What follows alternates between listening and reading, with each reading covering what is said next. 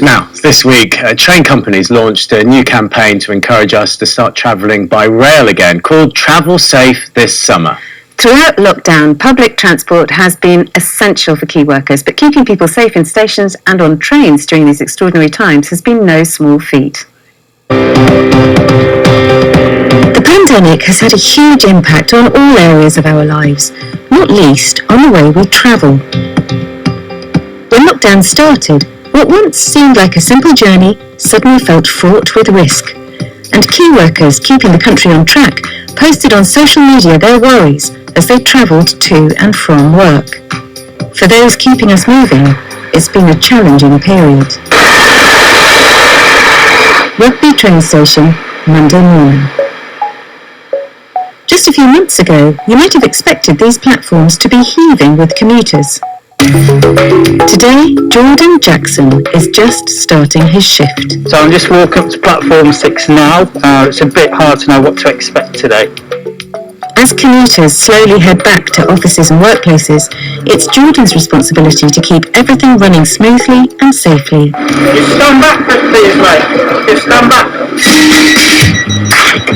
But it's not just the physical health of staff and passengers that's important. Colin is also on shift today, working as a railway chaplain to help passengers and staff with their spiritual and emotional well-being. Some people can be a bit standoffish because they hear chaplain and they expect you to be coming at them and Bible bashing them. That's not what we're about. When they see that you're just a normal person, it does drop the barriers down. Isn't it?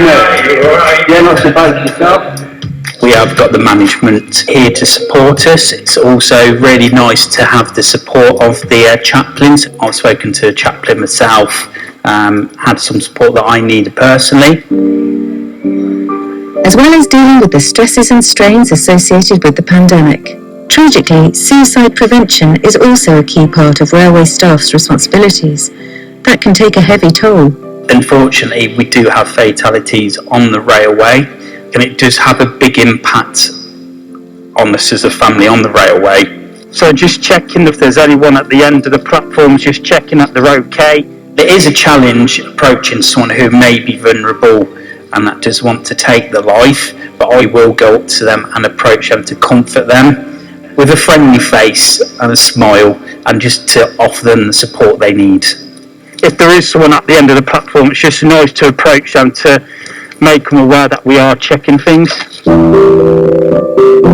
As a chaplain, Colin is all too aware of the impact these responsibilities can have on the staff. They can just find one that's a bit closer to home in some ways. There might be something that reminds them of a friend or something, and it can just be, or they've just had a rough day and then it's the last thing they wanted to deal with.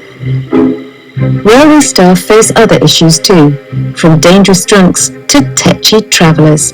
And as life resumes, so do the familiar issues.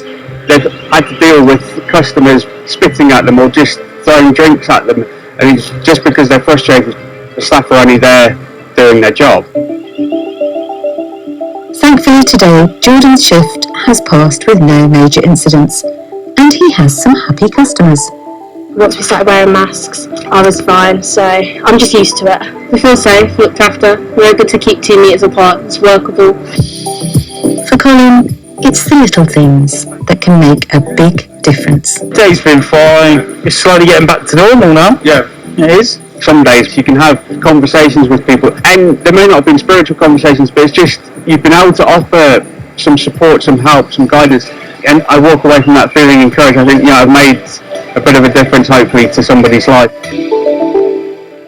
Well, as travel gets busier, we are wishing all public transport workers many more days without incident.